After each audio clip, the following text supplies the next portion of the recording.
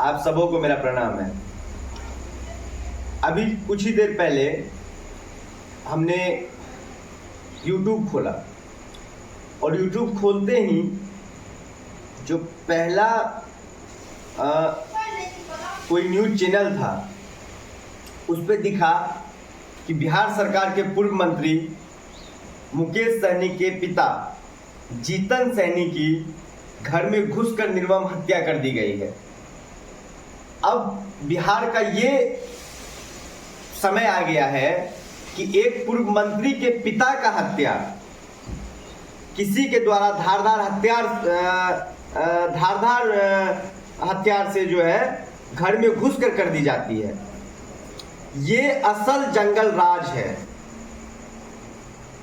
मैं इसलिए नहीं आया हूं कि मुझे बिहार सरकार पे कुछ बोलनी है या फिर कुछ अलग से बोलना है। ये बिहार के लिए इससे घिनौना कार्य क्या हो सकता है कि पूर्व मंत्री के पिता सुरक्षित नहीं है अपने घर में।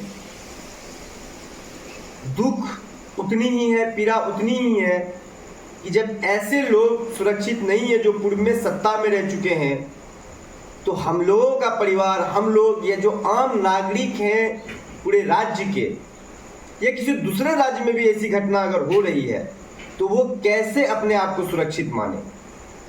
घर में इस तरह की हत्या हो रही है तो बाहर सड़कों पर महिलाएं, लड़कियां या फिर बच्चे, युवा, वो खुद को कैसे सुरक्षित महसूस करें। मुझे कोई राजनीति नहीं करनी है इस मुद्दे पे।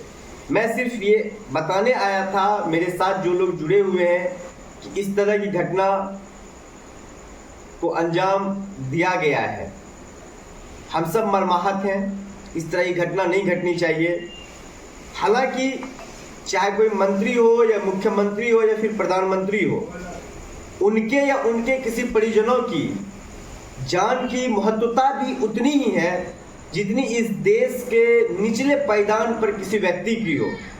लेकिन सोचने की बात यह है, निचले पायदान के व्यक्तित्व को किसी भी चीज़ों का संरक्षण प्राप्त नहीं होता है, जबकि मंत्री, पूर्व मंत्री या फिर पूर्व में कोई भी सत्ता में रह चुके होते हैं, तो ऐसे लोगों को किसी न किसी तरह से पुलिस प्रोटेक्शन, फोर्स प्रोटेक्शन मिला हुआ रहता है।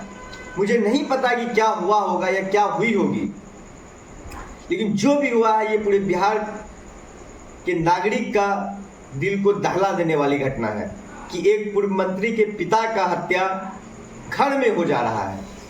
इस तरह की चीज़ें नहीं होनी चाहिए। और मैं खास करके, चूंकि मैं युवा का प्रतिनिधित्व करता हूँ, मुझे उस मुद्दा पे कुछ नहीं बोलना है। मैं ये सिर्फ बताने आया था कि इस तरह की घटना हुई है। मैं युवा को कहना चाहूँगा, आप जागिए, आप संगठित होइए।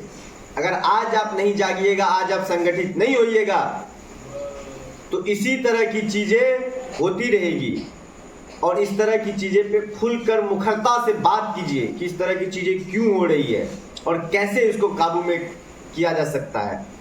हालांकि हम लोगों के बस की बात नहीं है, लेकिन कहते हैं अगर कोई चीज़ सोच लिया जाए तो परिवर्तन आता है।